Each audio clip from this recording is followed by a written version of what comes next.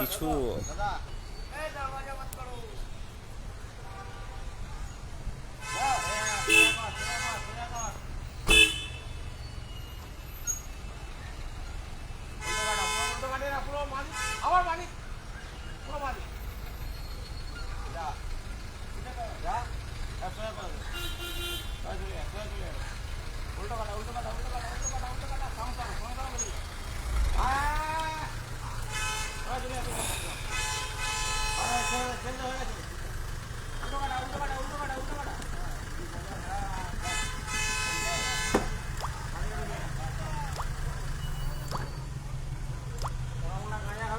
হ্যাঁ বলছি, যেটা মানে একটু ছোট্ট বার্তা দেওয়ার জন্য আসলাম।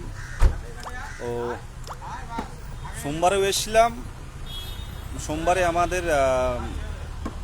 ডিএলএডদের পূর্ণাঙ্গ তালিকা প্রকাশের এক মামলা ছিল, মঙ্গলবারটাও রাস্তায় ছিলাম, গতকাল বুধবারেও এসেছিলাম, পঞ্চম শ্রেণীর অন্তর্ভুক্তকরণের মামলা ছিল, আজকে ম্যাট নিয়েও আলোচনা করতে এলাম। তো রেগুলার রাস্তায় থাকছি, সবার মুখে, আমার মুখে, আমার মা বাবার মুখে, সবার মা বাবার মুখে হাসি ফোটানোর জন্য। তো যে কথাটা বলার জন্য এলাম, ম্যাট 1594 এখন কিন্তু অ্যাডভান্স লিস্টে আছে, এটা কিন্তু ফেব্রুয়ারি মাসে ওঠার সম্ভাবনা আছে।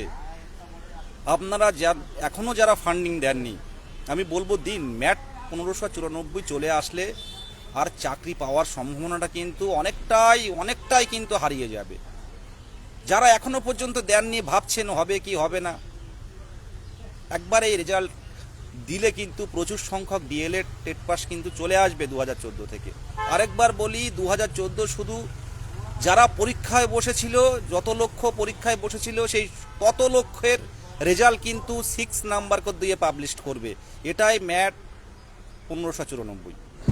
আজকে কেন আসতে হচ্ছে বলুন? আমারও তো ব্যক্তিগত অনেক কাজ থাকতে পারে।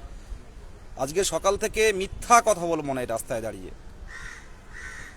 চা বিস্কিট ছাড়া কিন্তু এখনো পর্যন্ত 2টো বাজতে গেল, আমি কিন্তু কিছুই খাইনি। চা আর বিস্কিট ছাড়া কিন্তু কিছুই খাইনি। 2 কাপ চা, 2 কাপ মানে 2টো করে বিস্কুট, 4টে বিস্কুট খেয়েছি। এই সপ্তাহটা পুরোটাই কিন্তু কলকাতা হাইকোর্টে আসছি। আজকে ম্যাট নিয়ে একাই আসতে হলো। সেই বসিরহাট থেকে, বলতে পারো সুন্দরবন থেকে হাইকোর্টে প্রত্যেক দিন আসতে হচ্ছে।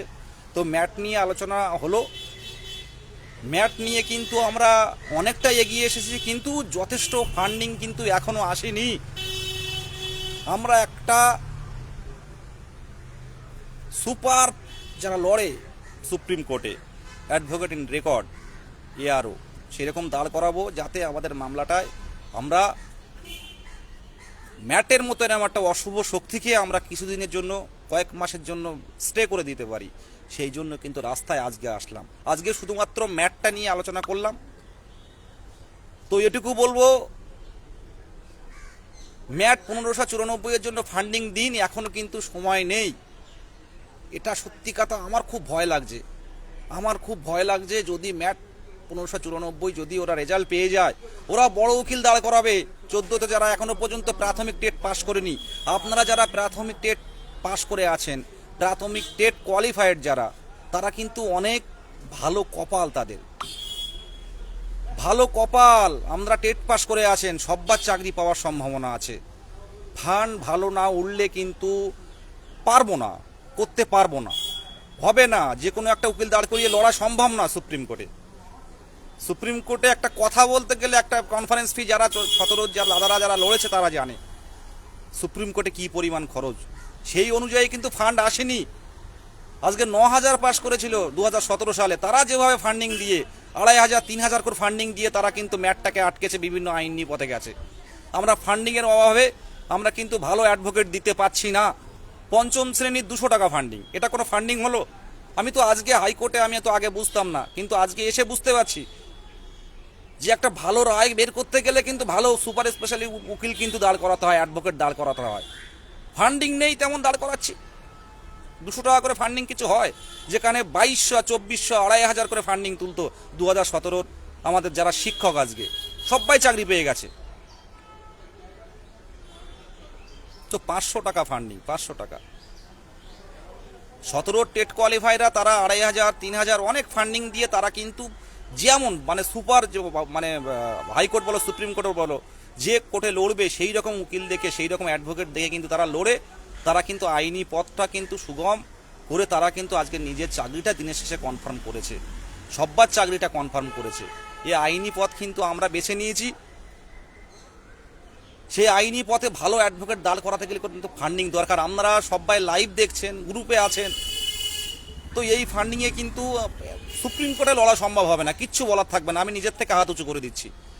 কারণ ম্যাট কিন্তু ফেব্রুয়ারিতে ওঠার সম্ভাবনা আছে, অ্যাডভান্স লিস্টে আছে।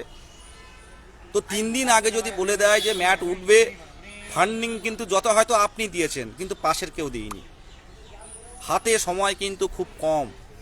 আমি বেশিক্ষণ কথা বলবো না, পাচ্ছি না আর সত্যি কথা বলতে, হাতে সময় কম। এটা কিন্তু খুব নিজেকে খুব খারাপ লাগছে যখন বলছেন, যখন বলা হচ্ছে যে এই কেসটা কিন্তু আসলে, এই কেসটা আসলে 2022-এর মধ্যে যে কতজন 22-এর মতো টেট পাস চলে আসবে সেটা কেউ আজকের ডেটে কেউ বলা সম্ভব নয়।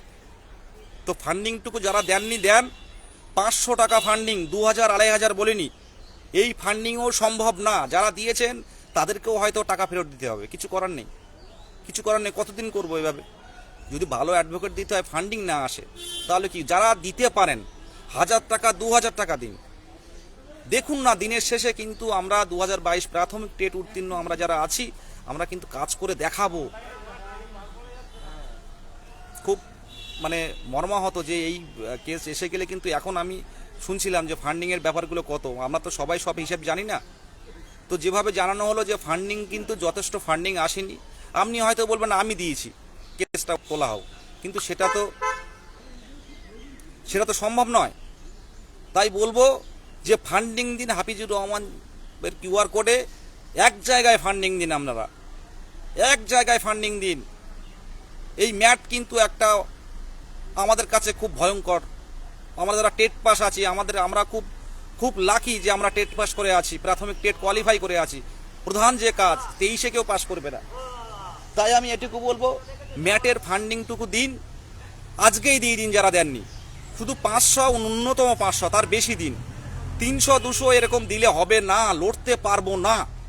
এই বলে আমি সংক্ষেপে ম্যাটের বিষয়টা বলে দিলাম। পরবর্তীকালে আইন মানে আন্দোলন হোক যা হোক সেটা পরবর্তীকালে বলবো। আজকের নিয়ে আপনি QR কোড নিয়ে আপনি দেন এবং বন্ধুদের দিতে বলুন। আমি তো বলছি দিনের শেষে কিন্তু চাকরিটা খুব দরকার। এই বলে আমি শেষ করছি। পরবর্তী আপডেটের অপেক্ষায় থাকুন। আজকে যারা ফান্ডিং দেননি বা আপনার বাড়ির পাশে যারা ফান্ডিং দেননি, তাদেরকে QR কোডটা পাঠিয়ে দেন, আজকেই ফান্ডিং দিতে বলুন, এক জায়গায় ফান্ডিং দিন। আজকে সমস্ত 22 স্টেট আমরা একসাথে কিন্তু ম্যাটটাকে আটকানোর চেষ্টা করব। এই বলে আমি শেষ করলাম। QR কোডটা আমরা নিজের প্রোফাইলে, নিজের যে কোনো গ্রুপে আপনারা শেয়ার করুন, খুব শেয়ার করুন, প্রচুর শেয়ার করুন, না হলে কিন্তু আমরা জিততে পারবো না। ম্যাটটাকে আটকান। হঠাৎ করে 3 দিন আগে বললো ম্যাট কেস আসছে, কিছু করার থাকবে না। এই বলে আমি শেষ করছি। ভালো থাকবেন, আর সংগ্রামী অভিনন্দন। আর প্রাথমিক টেট পাস যারা আপনারা আছেন, আপনারা লাকি, সববার চাকরি পাওয়ার সম্ভাবনা আছে, এটুকু বললাম। আমাদের আইনের প্রতি ভরসা আছে, আদালতের প্রতি ভরসা আছে, সুপ্রিম কোর্টের প্রতি ভরসা আছে। অবশ্যই একদিন আমরা জিতবই, এই প্রতিজ্ঞাবদ্ধ হলাম।